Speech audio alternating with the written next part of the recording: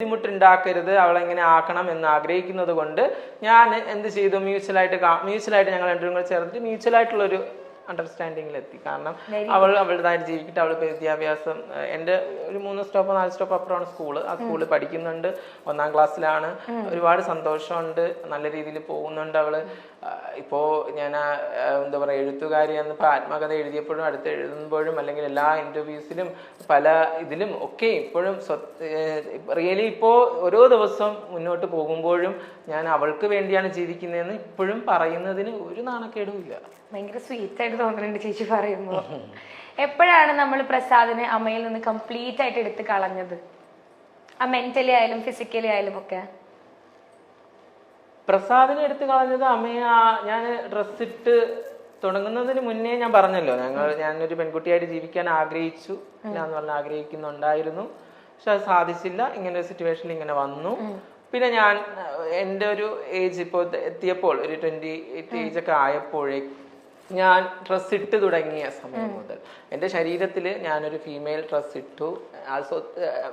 നമ്മൾ ഇട്ട് സ്വതന്ത്രമായിട്ട് നടന്നു തുടങ്ങാനൊരു അവസരം കിട്ടിയ ടൈം തൊട്ട് വിചാരിച്ചു ഇനി ഞാൻ ഒരിക്കലും തിരിച്ചു പോകുന്നില്ല, ഇതിൽ തന്നെ ജീവിക്കാം. പക്ഷെ അതൊരു വെറുതെ ഉള്ളൊരു പ്രസാദ് എന്ന് പറഞ്ഞിട്ട് വെറുതെ ഉള്ളത് ഇപ്പം കാണുന്ന ഒരു ബന്ധുക്കളോ അല്ലെങ്കിൽ നാട്ടുകാർ ഇപ്പോഴും അക്സെപ്റ്റ് ചെയ്യാത്ത ഒരുപാട് ആൾക്കാരുണ്ട്. അവർ പറയുന്നതും അങ്ങനെ തന്നെയാണ്, പ്രസാദായിട്ട് ജീവിച്ചു അല്ലെങ്കിൽ പ്രസാദായിട്ട് ജീവിച്ചൂടെ. ഇപ്പം ഞാൻ അമ്മയായിട്ട് ജീവിക്കുന്നത് ഞാൻ ആർക്കെന്ത് ദ്രോഹം ചെയ്യുന്നു? ഞാൻ അമ്മയായിട്ട് ചെയ്യുന്നത് വെറുതെ അല്ല ജീവിക്കുന്നത്. ഞാൻ എൻ്റെതായ രീതിയിൽ ഫിലിം മേഖലയുമായി അല്ലെങ്കിൽ എഴുത്തിൻ്റെ മേഖലയെ എല്ലാ രീതിയിലും മുന്നോട്ടാണ് ജീവിക്കുന്നത്.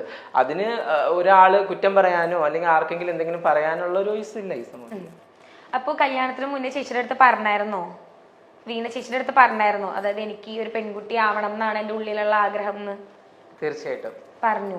വീണയെടുത്ത് പറഞ്ഞിട്ടുണ്ടായിരുന്നു. വീണയ്ക്ക് ആ കാര്യങ്ങളൊക്കെ അറിയാമായിരുന്നു. അപ്പോ അതൊക്കെ മനസ്സിലാക്കിയ ഒരാൾ തന്നെ. ഭയങ്കര സപ്പോർട്ടീവ് ആയിരുന്നു.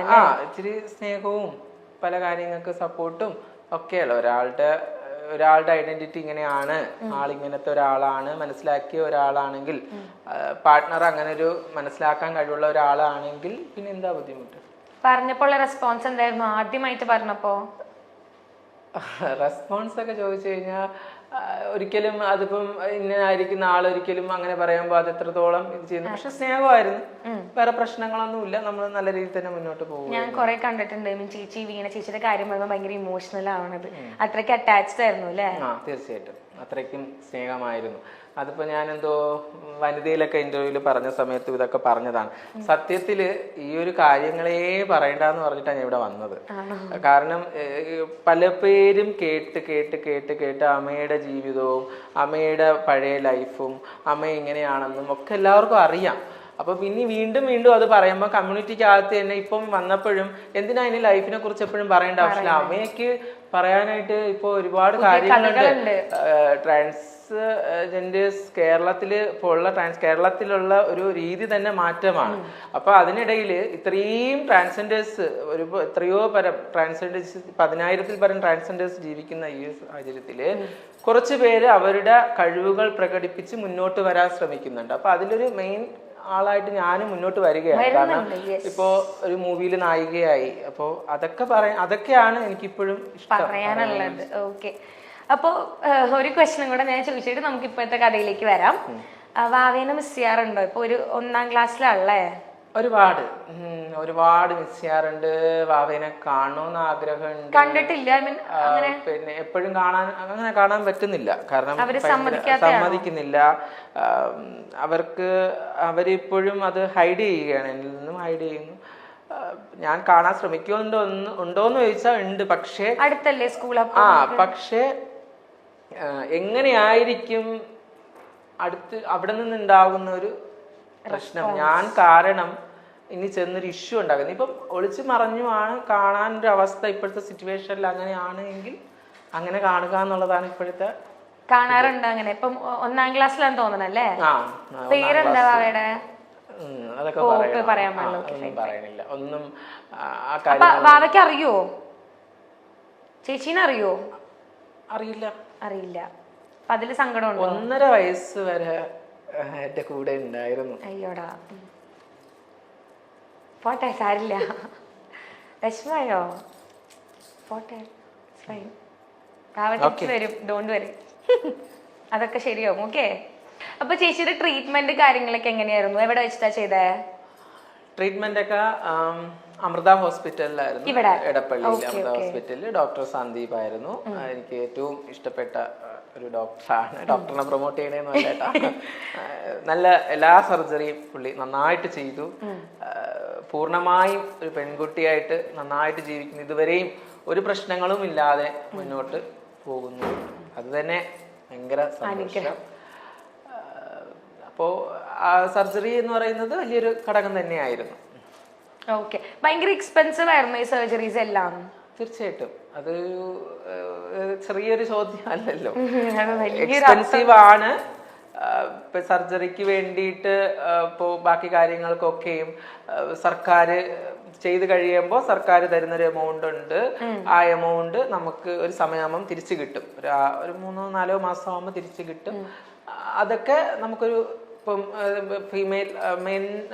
ഫീമെയിലിൽ നിന്ന് മെന്നാവുന്ന ആളിന് 5 ലക്ഷം രൂപയും ഫീമെയിലിന് 2.5-3 ലക്ഷം രൂപയും ഈ ഒരു കണക്കാണ്. അപ്പം ഇപ്പോ ഞങ്ങൾ പറഞ്ഞിരിക്കുന്ന ഒരു കാര്യം സർക്കാരിനോടൊന്നല്ല, ഏത് സർക്കാർ ആര് ഭരിച്ചാലും ആര് വന്നിരുന്നാലും കമ്മ്യൂണിറ്റിക്ക് അല്ലെങ്കിൽ ട്രാൻസ്ജെൻഡേഴ്സിന് ഫുള്ളും വേണ്ടതെന്ന് വെച്ചാൽ സർജറി.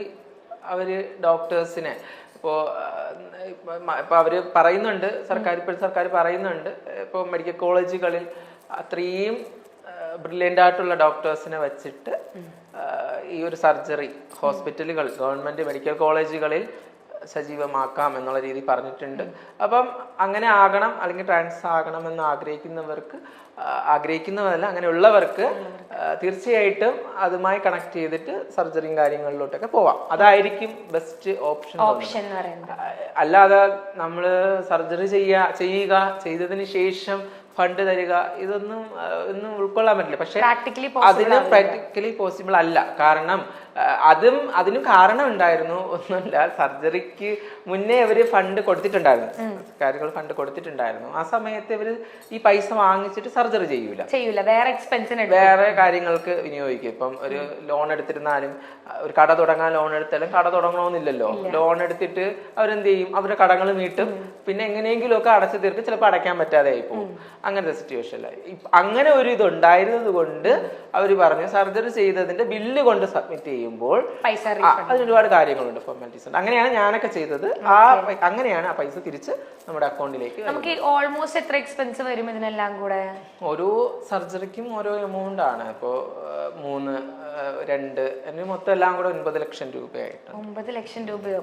അപ്പൊ ഭയങ്കര ഫിനാൻഷ്യലി ഡൗൺ ആയിട്ട് നിൽക്കുന്ന ആൾക്കാർക്കൊക്കെ. ഇപ്പൊ ഞാൻ വീട്ടിൽ നിന്ന് ഇറങ്ങുമ്പോ എന്റെ ഒരു പൈസയും ഇല്ല.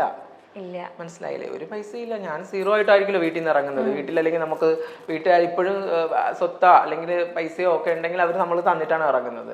അല്ല, എന്തെങ്കിലും അക്കൗണ്ടിലൊക്കെ കുറച്ച് സേവിങ്സ് ഒക്കെ ഉണ്ടാവും. ഇപ്പൊ എന്നെ സംബന്ധിച്ചുള്ള കാര്യം പറയുന്നത്, എന്നെ പോലെയുള്ള മറ്റു കേൾക്കുന്ന വേറെ കമ്മ്യൂണിറ്റികൾ ഉണ്ടാവില്ലേ നമ്മുടെ, ചിലപ്പോൾ അവർക്കൊക്കെ ക്യാഷ് ഉണ്ടാവുന്നവരുണ്ടാവും.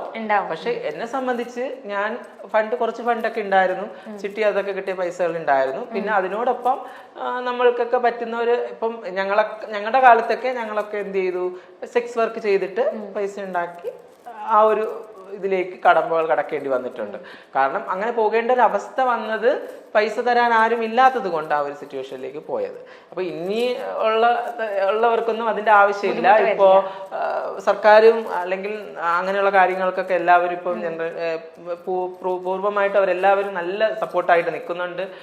പല പല വഴികളുണ്ട്. ഇപ്പോൾ എല്ലാവർക്കും ജോലികൾ കിട്ടിത്തുടങ്ങിയിട്ടുണ്ട്. അല്ലെങ്കിൽ കോളേജുകളിൽ പല കാര്യങ്ങളും പലതിലും ഇപ്പോൾ നമുക്ക് അംഗീകാരങ്ങൾ വന്നു തുടങ്ങി.